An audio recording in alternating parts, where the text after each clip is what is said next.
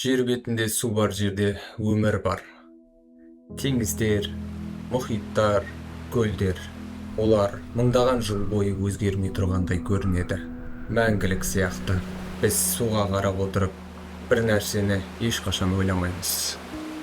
Ол бір күні жоғалып кетуі мүмкін. Адам әрқашан табиғатты жеңдім деп ойлайды. Бірақ кейде табиғатқа жасалған бір ғана қателік бүкіл аймақтың тағдырын өзгертеді.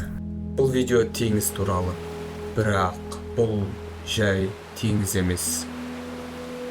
Бұл жерде бұрын толқын болған, бұл жерде бұрын балық жүзген, бұл жерде бұрын порт тұрған, ал қазір тек тұз, тек құм. Бір кездері бұл әлемдегі 4-ші ең үлкен көл болды. Мыңдаған адам осы теңізбен өмір сүрді. Қалалар тұрды, кәсіп болды, болашақ болды. Бірақ небәрі бірнеше 10 жылдықта бұл теңіз картадан жоғала бастады. Бұл апат қалай болды? Табиғат кінәлі ме? Әлде адам өз теңізін өзі өлтірді ме? Бүгінгі шығарылымда сен бір кездері теңіз болған жерге қазір не болғанын білесің. Бұл Арал теңізінің тарихы. Қалай ол пайда болды, қалай жоғалды, және неге бұл оқиға бүкіл әлемге сабақ болу керек. Көп адам шатасады. Арал теңізі теңіз бе, әлде көл ме? Ғылыми тілде Арал көл. Неге? Өйткені мұхитпен байланысы жоқ, жабық су айдыны өзендермен ғана толады. Яғни географияда бұл көл. Бірақ неге оны теңіз деді? Себебі көлем өте үлкен болды. Суы тұзды болды, толқындары болды, климаты теңізге ұқсас болды. Сондықтан халық оны Арал теңізі деп атап кеткен. Арал теңізі Қазақстан мен Өзбекстанның арасында орналасқан. Оған екі өзеннен су келетін Әмудария, Сырдария. Мыңдаған жылдары бойы осы екі өзен аралды толтырып тұрған. Сол үшін ол жоғалмады, сол үшін ол өмір сүрді. 1960 жылдарға дейін Арал теңізінің көлемі шамамен 68 мың шаршы километрге созылған. Яғни оның көлемі кейбір мемлекеттерден үлкен еді.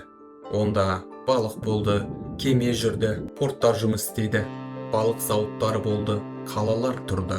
Мысалы, Арал қаласы балық өнеркәсібінің орталығы болды. Мыңдаған адам теңіз арқылы нәпақа тапты. Сол кезде ешкім ойлаған жоқ, теңіз жоғалып кетеді деп. Бірақ 1960 жылдары Кеңес одағы үлкен жоспар құрды. Мақсат мақта өсіру, шөлді суару, ауыл шаруашылығын ұлғайту. Сол үшін Сырдария мен Әмударияның суын каналдарға бұра бастады. Яғни өзендер теңізге жетпей далаға кететін болды. Сол сәттен бастап Арал теңізіне келетін су азаюға кірісті. Ал теңіз қайта толмай қалды. 1970 жылдары ғалымдар дабыл қақты. Су деңгейі түсіп жатыр, тұздылық артып жатыр, балық өле бастады. Бірақ ол кезде ешкім бұл процесті тоқтатпады. Себебі мақта ақша еді, жоспар маңызды еді, ал теңіз екінші орында қалды. Бұл жайлы адамдар былай деді, балықшылардың сөздері. Бір күні теңіз жағалаудан алыстап кеткенін көрдік. Кеме тұратын жер құрғап қалды, балық азайды. Бірақ бәрі ойлады, теңіз қайтып келеді. Өкінішке орай ол қайтып келмеді. 1970 жылдардың ортасында Аралға өзендер бұрынғыдай жетпей қалды. Себебі Сырдария мен Әмударияның суы мына жаққа бұрылды. Мақта алқаптарына, каналдарға, су қоймаларына. Ресми деректер бойынша Аралға келетін су көлемі 2-3 есе азайған. Ал теңізде бір ғана заң бар. Егер су келмесе, ол құрғап су азаяды. Күн ыстық, булану бар, ал су жоқ. Жаңа су келмеді. Сөйтіп теңіз жыл сайын шегіне бастады. 1960 жылы Аралдың деңгейі шамамен 53 метр болды. 1980 жылға қарай 10 метрге төмендеді. 1990 жылға қарай ол екіге бөлінді, ал 2000 жылға қарай бірнеше бөлікке ыдырады. Теңіз енді теңіз емес еді. Алғашында бір үлкен су айдыны, кейін солтүстік бөлік жеке қалды, оңтүстік бөлік бөлек қалды. Бұрын бір теңіз болса, енді солтүстік арал, оңтүстік арал болып екіге бөлінді. Ал оңтүстік арал кейін мүлде жоғалып кетті. Арал теңізінде 30-дан астам балық түрі болған, жылына мыңдаған тонна балық ауланатын, бірақ су тұзданды, балық тіршілік ете алмады. 1980 жылдары зауыттар жабылды, кемелер тоқтады, адамдар жұмыссыз қалды. Балықшының сөзі: теңізсіз біз кімбіз? Бір кездері суда жүзген кемелер құрлықта қалды. Олар құмның ортасында қатып қалды. Қазірде сол кемелер шөлде тұр. Олар теңіздің өлгенінің белгісі. Теңіз тартылған соң түбі ашылды. Ал теңіздің түбі тұз.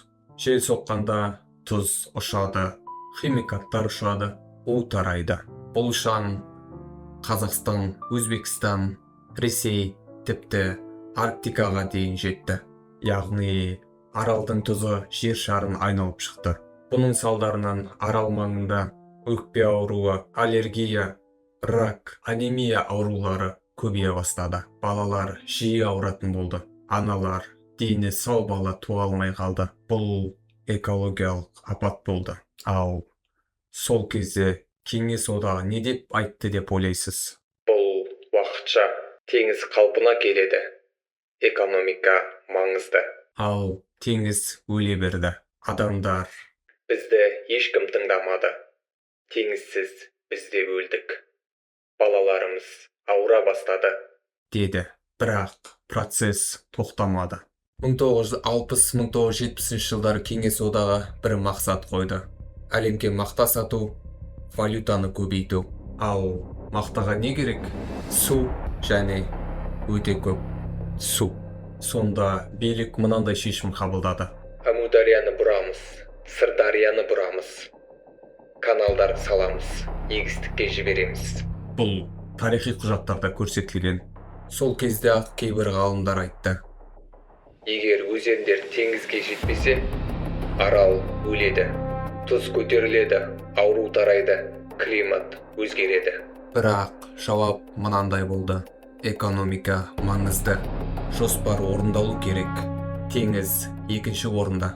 Яғни билік табиғатты ескермеді. Каналдардың көбі бетондалмаған еді. Судың 40-60% жолда жоғалды. Ол жерге сіңді, буланды, батпаққа айналды. Яғни олар суды алды, бірақ оның салдарынан су теңізге жетпеді. Бірақ егістікке де толық жетпеді. Бұл шешімнен екі жақта ұтылды. Бұны неге ешкім тоқтатпады? Себебі бүкіл экономика осы жүйеге байланған. Миллиондаған адам мақтаға тәуелді болды. Зауыттар, экспорт және жоспар. Бұның ішіндегі бір жүйені тоқтату бүкіл жүйені құлату еді. Сондықтан ешкім батылдық жасамады. 1991 жылы Кеңес одағы құлады. Ал теңіз сол кезде өліп қойған еді. Қазақстан мен Өзбекстан енді екіге бөлінген теңізді алды. Ал оны қалпына келтіру өте қиын еді. Арал оқиғасы әлемге мына нәрсені көрсетті: табиғатты жеңе алмайсың. Су шексіз емес. Бір шешім миллиондаған адамның тағдырын өзгертеді. Бір кездері Арал теңізінің жағасында мынандай қалалар болды: Арал, Қазалы, Мойнақ. Олар тірі қалалар еді. Порттар болды, зауыттар болды, балықшылар болды. Таңертең теңізге қайықтар шығатын, кешке жағада тіршілік қайнайтын. Бірақ теңіз кеткенде бәрі кетті. Мойнақ бұрын порт еді. Қазір теңізден жүздеген шақырым алыста. Кемелер құмның ортасында қалды. Зауыттар жабылды. Адамдар көшіп кетті. Қала тірі емес. Ол елеске айналды. Арал қаласы теңізбен өмір сүрді. Бірақ су кеткенде жұмыс жоқ, балық жоқ, болашақ жоқ. Көп отбасы басқа аймақтарға кетті. Қалғандар аурумен күресті. Қазалыда балық өңдеу үлкен сала болды. Кейін барлығы тоқтады. Темір жол қалды, ал теңіз қалмады. Мыңдаған адам жерін тастап кетті. Олар айтты: Біз теңізбен бірге кеттік. Бұл жерде өмір жоқ. Арал маңында балалар ең көп зардап шекті. Таза су жоқ, ауа лас, тұзды дауыл. Кейбір ауылдарда әр екінші бала ауырды. Дәрігерлер айтты, бұл экологияның салдары. Бұрын су болған жерде қазір шөл. Бұл шөлдің аты бар. Арал құм. Ол адам жасаған шөл. Әлем бұл апатты қалай қабылдап деп ойлайсың? 1990 жылдары Арал теңізі әлемдік жаңалықтарға шықты. Шетелдік журналистер келді, ғалымдар келді, экологтар келді. Олар бұл апатты көргенде бір ауыздан айтты. Бұл адам қолынан жасалған ең ірі экологиялық апаттардың бірі. Біріккен ұлттар ұйымының құжаттарында Арал апаты ресми түрде осылай аталды. 20 ғасырдағы ең үлкен экологиялық апаттардың бірі. Ғалымдар бұл жайлы былай деді. Зерттеулер көрсетті. Теңіздің көлемі 90%-ға дейін азайды. Тұздылық бірнеше есе өсті. Балықтың көп түрі жойылды. Микроклимат өзгерді. Бұрын қыс жұмсақ, жаз ылғалды болған. Кейін қыс қатты, жаз ыстық, жаңбыр аз болды. Яғни теңіз климатты ұстап тұрған. Кепкен табаннан жыл сайын миллиондаған тонна тұз көтерілді. Ол Қазақстанға жетеді, Өзбекстанға жетеді, тіпті Европаға дейін барады. Бұл спутниктік суреттермен дәлелденген. Сол тұздың ішінде пестицидтер, тыңайтқыш қалдықтары, ауыр металдар болды. Бұны көрген халықаралық ұйымдар бірнеше жобалар ұсынды. Су үнемдеу, каналдарды жөндеу, бөгет салу, солтүстік аралды сақтап қалу. Бұдан кейін Қазақстанда бір үлкен шешім қабылданды. 2005 жылы Көкарал бөгеті салынды. Нәтижесі солтүстік арал қайта суға тола бастады. Тұздылық төмендеді, балық қайта шықты. Кей ауылдарда балық аулау қайта жанданды. Бұл сирек кездесетін жақсы жаңалық болды. Бірақ оңтүстік арал өкінішке орай қайта толған жоқ. Ол Өзбекстан аумағында су әлі де егістікке кетеді. Теңіз орны шөлге айналды. Ғалымдар айтады, оны толық қайтару мүмкін емес. Ал адамдар бұл жайлы былай деді. Біз теңізді жоғалттық. Біз балықты жоғалттық. Бұл тарихтың қателігі. Бір кездері бұл жерде кемелер жүрді, порттар болды, зауыттар болды, балықшылар өмір сүрді. Ал қазір құм, тұз, кемелердің қаңқасы. Сонда бір сұрақ туындайды. Біз не жоғалттық? Табиғатты ма, әлде болашақты ма?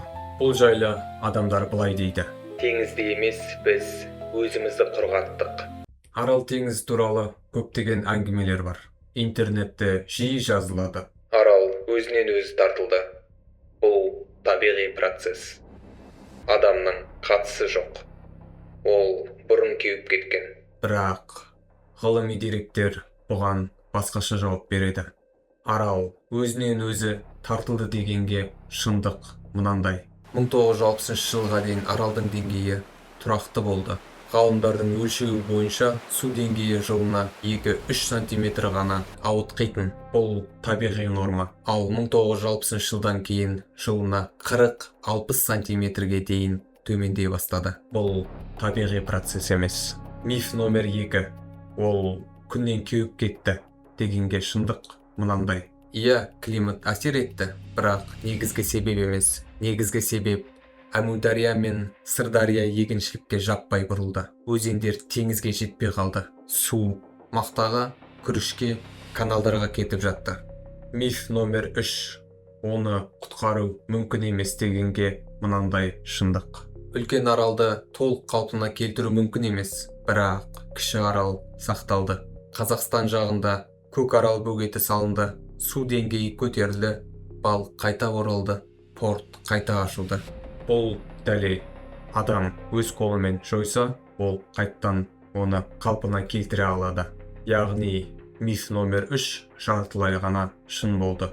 Бұның қасіреті тек экологияға ғана әсер етуімен шектелмейді. Ол сонымен қатар экономика, денсаулық, көші-қон, демография, болашаққа әсер етеді. Сол аймақта өкпе ауруы, рак, анемия, бала өлімі күрт артты. Себебі құрғаған табаннан тұз бен у желмен жүздеген шақырымға тарады. Арал табиғаттың емес, адамның қателігінің ескерткіші. Ол картадағы дақ емес, ол адамзатқа арналған хат. Ол хатта ол былай дегендей: табиғатты аялаңдар. Арал теңіз бе, көл ме деген дау маңызды емес. Маңыздысы, біз табиғатқа не істедік, енді не істейміз? Өйткені теңізді құрғатқан су емес, теңізді құрғатқан адам. Ал егер адам құрта алса, қалпына келтіру де оның қолында. Сау, саламат.